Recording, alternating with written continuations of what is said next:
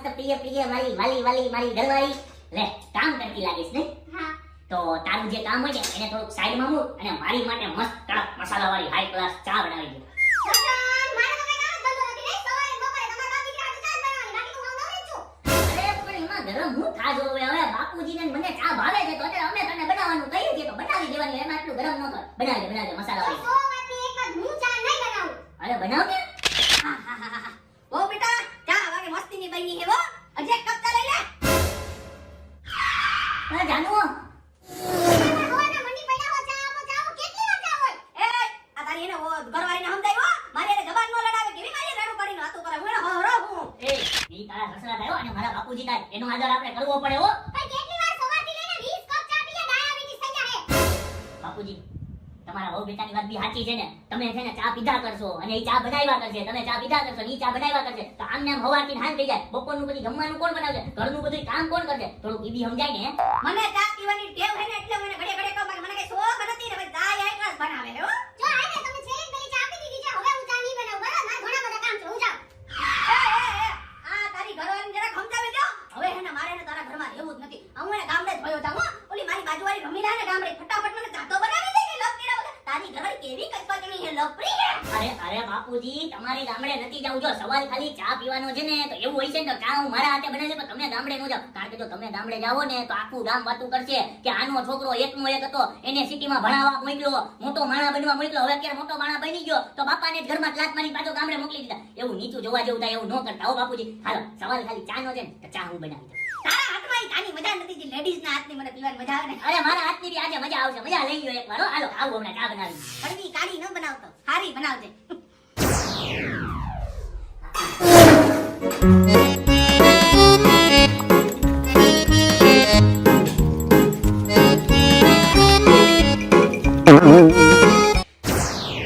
ગરમા ગરમ કડક ચા રેડી લઈ આવ્યો તો ખરેખર ચાખું. લ્યો.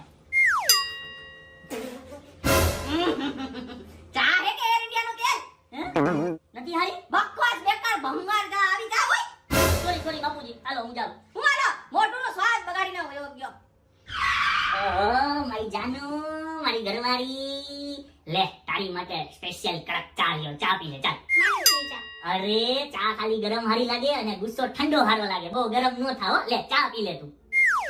અને હું તને શું કહું છું જાનુ ખબર છે? જો મારા પપ્પા છે ને એની હવે ઉંમર થઈ છે અને માણસ જ્યારે બચપણ અને ઘટપણ ઈ બેયમાં છે ને એની બુદ્ધિ વધારે કામ ન કરતી હોય. ઈ જેમ કે ને એમ કરવું પડે. થોડુંક છે ને ઈ રીતે મેન્ટેન કરીને હાલવાનું. હવે તું એની સામે ગુસ્સો થઈ જા અને તું ગરમ થઈ જા તો બિચારા એના મગજ ઉપર શું અસર પડે આ ઉંમરે. એટલે થોડુંક આપણે સમજીને હલાય હો.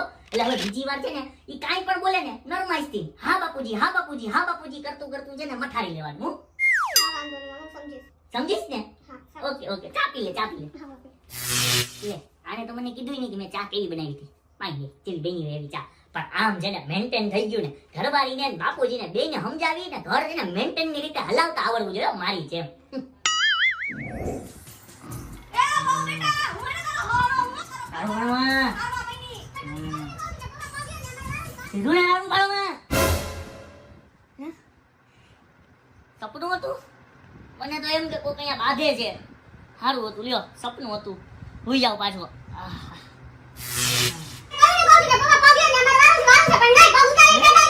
છો અવાજ આવ્યો? સપનું નથી આ તો હકીકતમાં કોકમાં બાંધે છે હો. કોણ બાંધે છે?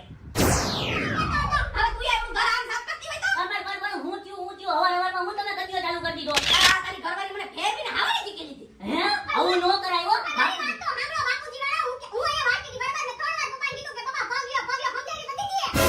બાપુજી જો તમારે બી સમજાય ને તમને કીધું હોય 3 વાર તો એકવાર ખાલી પગ અડા લઈ લો તો વાળી નાખત ને ચોખ્ખાઈ થઈ જાય. હા એ સમજી ગયો બાપુજી થોડું તમારે બી સમજાય હો. તું એની જ વાત સમજતે તારી ઘરવાળી અરે પણ એવું હું કરે છે મારે એને હવે એને ગામડે જ વયું જાવ મારે એને તારા ઘરમાં રહેવું જ નથી. આ તારી ઘરવાળી કેવી મને જીકી લે આના કરતા તમારી રમીલા હારી મને પ્રેમથી મારો પગ ઉચકાવીને એની વાલે તો ખબર ન પડે. અરે બાપુજી તમે હું કામે ગામડે જવાની વાતો કરો છો? તમે અહીંયા બેઠા રહ્યો ને થોડુંક તમારે અન્ડરસ્ટેન્ડિંગ રખાય થોડુંક તમારે સમજ રખાય. તમારે ઓલીએ કીધું હોય ને તો પગ તાલી અદલ લઈ લેવાતા. હા દીકરા તને તો એની વાત જ બહુ સાચી લાગે ને. બાપ તો હવે હું ગઈઢો થઈ ગયો નકામો થઈ ગયો બાપની જરૂર ન હોય. અરે એવું નથી એટલે તમને હવે ઘરવાળીની વાતો સમજાય ને એની બહુ તમને સમજાય. તમારે સમજવાનું. વાહ હું બાપ થઈને સમજો એની વાત હે. અરે એવું નથી. તમે કાંઈ એવું વિચારો છો? હવે તમે બેઠા છો કાંઈ યો હોય તો નારાજ થઈને વહી ગયા. આખા ઘરનું કામ નહીં કરે. હું કરું? તું કર લે હું જાઉં ગામડે. ના ના, ગામડે નથી જવું. હાલો એક કામ કરવું. હવે ઈ નહીં કરે ને તો મારે તો કરવું જ પડશે. મને આ ગોબર વેળો ન ગમે હો. કરવા આજા હા, એક તો આ બેની વાંહે મારે દંડોવાનું થાય. હવે જરીક લેવો જો. હવે કેવા લઈ લીધા પગદર?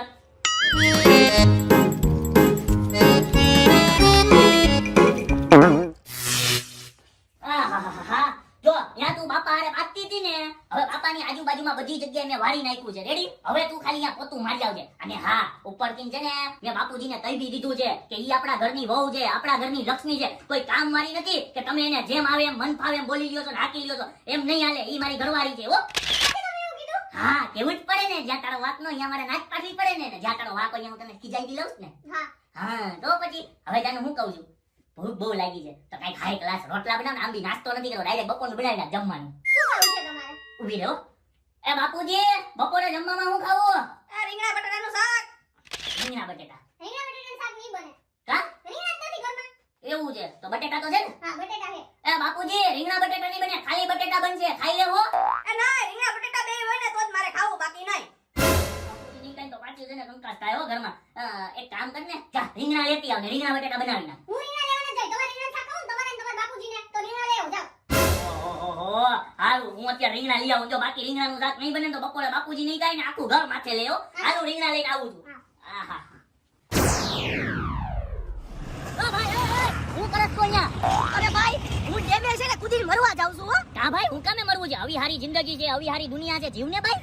ભાઈ હું મારી ઘરે હાહુ ઓવડા ડખાથી એટલો કંટાળી ગયો ને કે મારી પાસે મરવા સિવાય કાંઈ બીજો ઓપ્શન નથી. અરે ભાઈ, અત્યારે ઘરે ઘરે આ જ પ્રોબ્લેમ છે. હવે મારા ઘરે તો ઊંધો પ્રોબ્લેમ છે. વિચાર કર, સસરા વહુનો પ્રોબ્લેમ છે. તોય છે ને મને મરવાનો કોઈ દિન વિચાર જ નથી આવતો. હું છે ને બેને મેન્ટેન કરીને હાલું હો.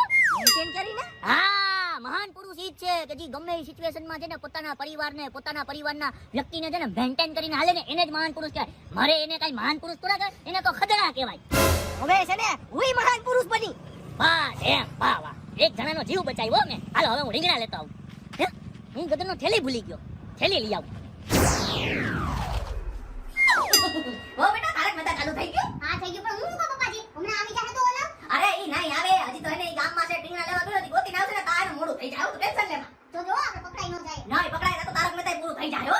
બાકી આપણો પ્લાન એક નંબર હતો. હું કેવું પપ્પાજી? પ્લાન એટલે પ્લાન છે આપણો. અરે ઈ ગધનો હોય ને તારી પાસે ને ઘરના કામ કરાવે અને મારી પાસે ને બહારના કામ કરાવે હો. પછી તો આ ગધનો પ્લાન આપણે બનાવવાની જરૂર જ નથી. બનાવી નાખ્યો આપણે. હવે ભલે ગધનો કામ કરે ને આપણે આપણે તારક મહેતા જોઈએ. હે, હું તો એમ સમજતો તો કે આ બેયને હું છે ને સારી રીતે મેન્ટેન કરું છું. ઓને આમ સમજાવું ને બાપુજીને આમ સમજાવું. પણ આ બે તો જો કેવા નીકળ્યા. આ બે મને જ દગો આપી દીધો હો.